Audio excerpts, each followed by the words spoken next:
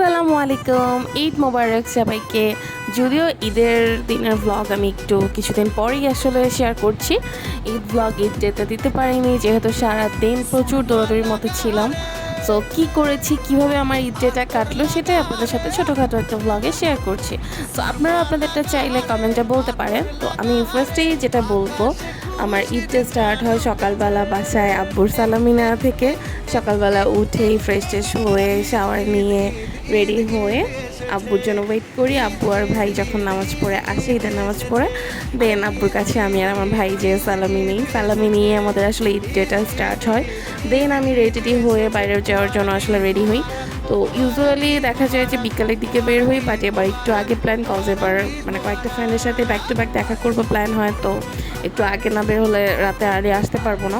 তো আমার গত 10 বছর ধরে যার সাথে ঈদ স্টার্ট হয় আর কি, রাহা, আমার কলেজ ফ্রেন্ড, মানে কলেজেও আমার ফ্রেন্ড হয়, ওখান থেকেও আমার বেস্ট ফ্রেন্ড।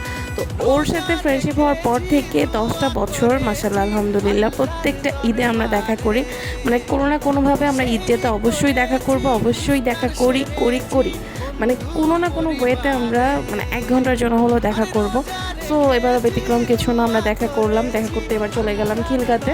খিলগায়ে হলো জায়গা মানে প্রচুর অভাব, যেটাতেই যাচ্ছি সব জায়গায় জায়গা বুক বুক বুক। আর মানে ওভার ক্রাউড, কোথাও দাঁড়ানোরও স্পেস পাচ্ছিলাম না। তো পরে সানসেট লঞ্চে যাই আমরা, ওখানে যেয়ে কোনো রকম বসতে পারি। বসার পরে আমরা কিছুক্ষণ ছবি টবি তুলি, খাবার অর্ডার করি। এই যে দুপুরবেলা আসলে আমি বের হই বাসা থেকে 2টার দিকে। তো ওখানেই তারপরে যে দেখা করে ওখানে লাঞ্চটা করি আসলে আমরা। তো খাবার অর্ডার করে আমরা কিছু টেক নিচ্ছিলাম। আমি হাত ভরে মেহেদি দিয়েছি, 2 হাত ভরে দিতে পারিনি, 1 হাত ভরে মেহেদি দিয়েছি, আরেক হাতে দেওয়ার মতো আমাকে কেউ নেই। তো এর মধ্যে আমাদের খাবার চলে আসলো। আমরা অর্ডার করেছিলাম ওদের কী যেন এটা, চিকেন চিজ বার্গারটা মজা ছিল, সাথে চিপস দিয়েছিল আলু টাইপের, মজা ছিল চিপসটাও। তো ওইটাই খেলাম, যেহেতু সকালবেলা বাসা থেকে আমি খিচুড়ি খেয়ে বের হয়েছি, ও খেয়ে এসেছিলো। তো আমাদের খুব বেশি ক্ষুধাও ছিল না। তারপরে দুপুরবেলা যেহেতু হালকা পাতলা লাঞ্চ করে নিলাম আর কি।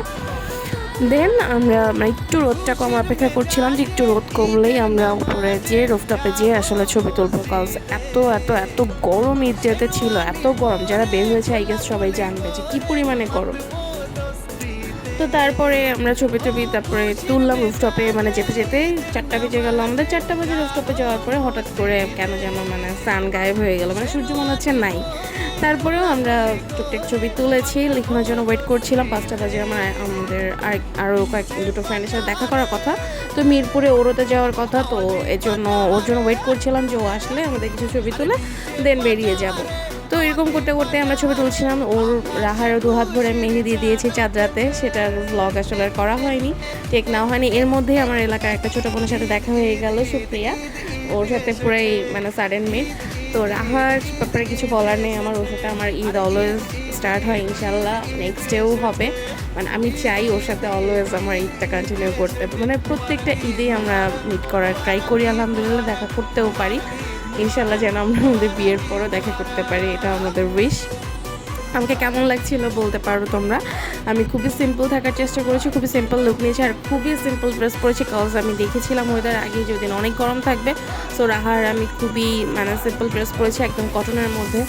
গর্জিয়াস হেভি ড্রেস পরে ভাই রাস্তাঘাটে বের হওয়া সো টাফ এই গরমে। মানে একটু বৃষ্টি হলে, মানে ওয়েদার যদি একটু নর্মাল হয় তখন না হয় পার্টি ড্রেস বা এই টাইপের ড্রেস পরে বের হয়ে যাবে। আমার কাছে ওগুলো হেভি ড্রেস অলওয়েজ পরতেও ভালো লাগে না।